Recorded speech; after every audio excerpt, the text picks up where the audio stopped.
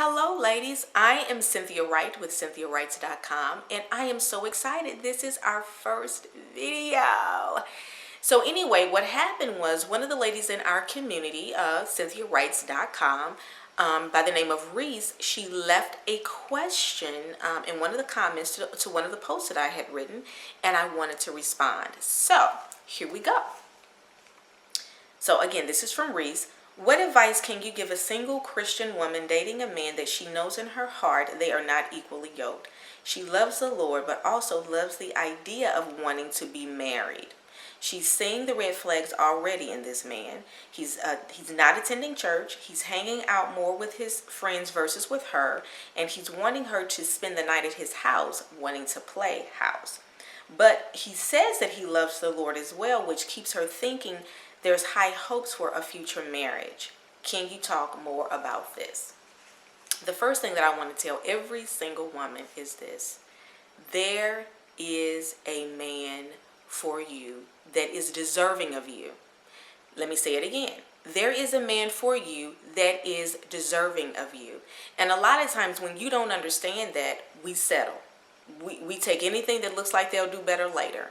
So the first thing, Reese, is for your friend to understand this, that she has value and that she needs to really develop a plan for her life. She needs to know what exactly she is, what exactly she wants out of a relationship. And once you identify those things, then you need to find out what things are most important for you.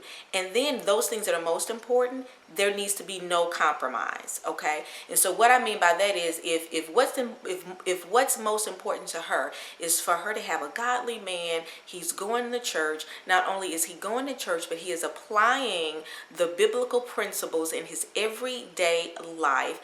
Though whatever those things are that are most important for her, then she needs to not stray from that. So what that means is if she sees this fine piece of Lord have mercy, he has a Bible under his arm, he's going to church every once in a while, he seems to be a little carnal, still hanging out in the club, he's more about his friends and all of that, whatever the red flags are, then up front that this is not the person, in alignment with what you really want in a relationship. And so then you walk away early in the game instead of, we're so compatible. Because here's the thing, ladies, listen, there's a difference between being compatible and equally yoked. Compatibility, you might be compatible in, oh my God, you like blue? I do too. You like chocolate ice cream? Oh my God, I do too. Your favorite place of vacation is Europe? Oh my God, me too. Okay, that's one thing. Those are good conversation pieces. You have that thing in common. When you're out, you guys can have a good time. But to be equally yoked means that you have two people, okay, stock and neck, or neck and stock, right?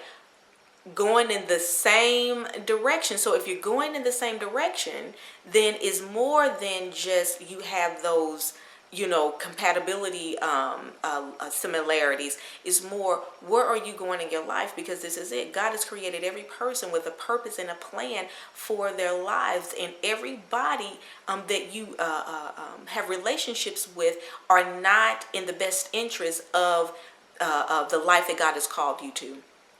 What do I mean by that? Okay, it's more important for you to be in church every Sunday, every Wednesday, or whatever your practice is, to sit up under the word so that you can get the tools that you need in order to be successful in this thing called life. And that may not be his interest, right? So he's like, okay, well, you do that, take good notes from me, let me know what pastor said. So if you all yoke up and let's just say you all get married, whoever is the stronger, whoever has the strongest influence, they are going to be the one who's driving the direction of that relationship. And a lot of times that's how a lot of Christian women get off course. So a lot of times when we think about being unequally yoked, we think about just with someone who is a non-believer. But you can be unequally yoked with people who are in the body of Christ because they're not going in the same direction as you are. So that's one thing. Then with the red flags, I can tell you this: God has never allowed me, and I shouldn't say He has not allowed me. Let me say this: God is so gracious that I can look back over my life and everything that I needed to know in terms of, let's just say, relationships, because this is what Reese's question is about.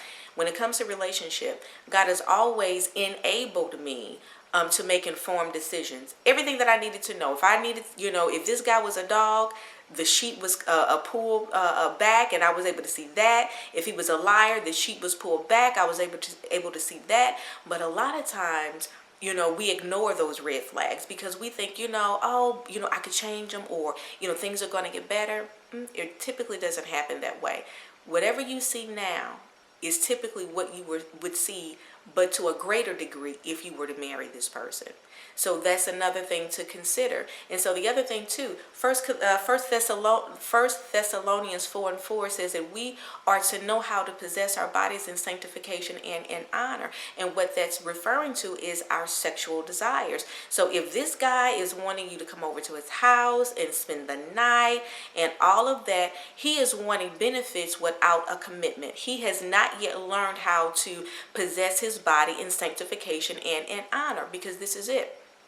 Whenever you enter into a sexual relationship with someone, it's, beyond the obvious, the STDs or, potential pregnancies or whatever, a deposit is being made in your emotions and in your mind. And a lot of times that's why, we struggle in other relationships, because we have yet to recover from the sexual deposits emotionally and mentally of previous relationships. So if this guy is wanting you to, spend the night and, let's play house, he does not have commitment at the top of his list. So marriage may not, be the most important thing for him right now. So the thing of it is this, ladies, identify and understand what it is that you want. Make a decision that you are not going to compromise from those things that are most important to you.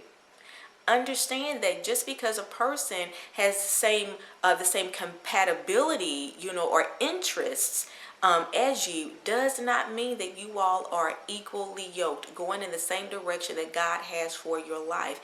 And when you don't identify those very key, and I mean there are many more, but those are the key factors early on, you'll look up and you'll find yourself in a dead-end relationship 2, 5, 6, 10 years later, and it ends in a breakup that you have to recover from and start the process all over again with someone else. So, hope this was helpful to you.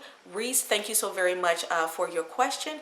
And ladies, I look forward to seeing you again on the next segment. So if you or anyone else has a question, feel free to send it to me via info@CynthiaWritez.com, and I will either answer your question via a blog post or a video. So again, this is Cynthia Writez with CynthiaWritez.com, and it has been an absolute pleasure for you to put my face with my writing, and I will see you the next time.